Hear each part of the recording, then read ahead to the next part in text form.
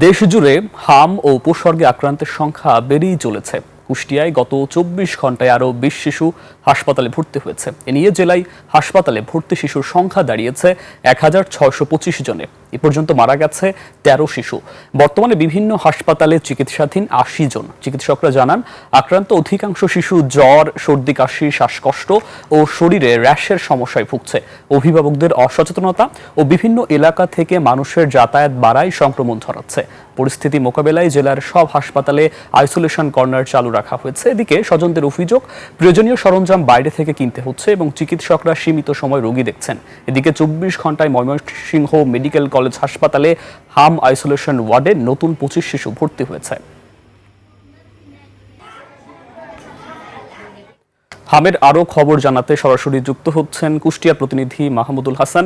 মাহমুদ, নিশ্চয়ই শুনতে পাচ্ছেন আমাকে। আপনার কাছে জানতে চাই যে কুষ্টিয়ায় আসলে হামের প্রকোপ কেমন দেখছেন এবং চিকিৎসকরা কি বলছে, অভিভাবকদের কোনো অভিযোগ রয়েছে কিনা, বিস্তারিত জানাবেন আমাদের।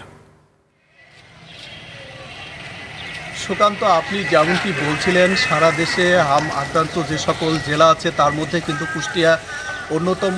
হাম উপসর্গ শুরু হওয়ার পর থেকে এখন পর্যন্ত কিন্তু হু করে হাম উপসর্গ রোগীর আক্রান্ত সংখ্যা কিন্তু বৃদ্ধি পাচ্ছে। আমি যদি আপনাকে গত ২৪ ঘন্টার পরিসংখ্যান জানাই, এখানে গত ২৪ ঘন্টায় ২০ জন শিশু হাম উপসর্গ নিয়ে কুষ্টিয়ার বিভিন্ন হাসপাতালে ভর্তি হয়েছে এবং এই পর্যন্ত হাম উপসর্গ শুরু হওয়ার পর থেকে প্রায় ১৭০০-র কাছাকাছি হাম উপসর্গ রোগী কিন্তু কুষ্টিয়ার বিভিন্ন হাসপাতালে চিকিৎসা নিয়েছে এবং মৃত্যুর সংখ্যাটা ১৩ জন এই পর্যন্ত মৃত্যুবরণ করছে। আমি আপনাকে যদি আরেকটু জানিয়ে রাখি যে হাম উপসর্গে শুধুমাত্র শিশুরাই কিন্তু আক্রান্ত হচ্ছে না। কুষ্টিয়ায় সর্বশেষ যিনি মৃত্যুবরণ করেছে তিনি একজন বৃদ্ধ, ৬০ বছর বয়সী বৃদ্ধ মহিলা কিন্তু হাম উপসর্গ নিয়ে মৃত্যুবরণ করেছে। আমি রোগীর স্বজনদের সাথে কথা বলেছিলাম, তারা কিন্তু আমাকে যেমনটি জানিয়েছে যে হাম উপসর্গের এই চিকিৎসা ব্যবস্থা নিয়ে হাসপাতালের নানা অনিয়ম অভিযোগের কথা কিন্তু তারা আমাদের মাধ্যমে জানিয়েছে। আমি কথা বলেছিলাম চিকিৎসকদের সাথে, চিকিৎসকরা আমাদেরকে যেমনটি জানিয়েছে যে হাম উপসর্গ শুরু হওয়ার পর থেকে তারা এই বিষয়টিকে সর্বোচ্চ গুরুত্ব দিয়ে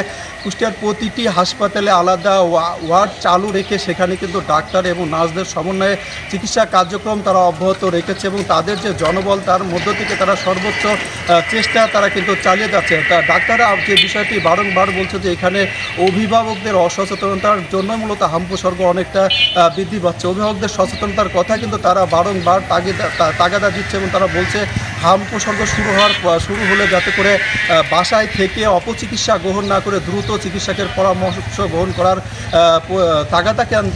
পরামর্শ তারা প্রদান করছে এবং ডাক্তাররা যে বিষয়টি বলছে যে এই হাম উপসর্গ, বিশেষ করে হামের যে প্রাদুর্ভাব দিনে দিনে যেটা বৃদ্ধি পাচ্ছে, এর মূল কারণ হচ্ছে দীর্ঘদিন টিকাদান কার্যক্রম বন্ধ থাকা এবং টিকা গ্রহণ না করার ফলেই কিন্তু এই হাম উপসর্গ কুষ্টিয়ায় ভয়াবহ আকার রূপ ধারণ করছে এবং ডাক্তাররা যে বিষয়টি বলছে যে টিকাদান কার্যক্রম অব্যাহত থাকলেই দ্রুতই কিন্তু এই প্রাদুর্ভাব কমবে না, এটা পর্যায়ক্রমে কমে যাবে।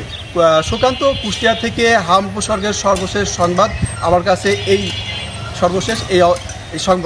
এটাই ছিল। মাহমুদুল, আপনাকে অসংখ্য ধন্যবাদ।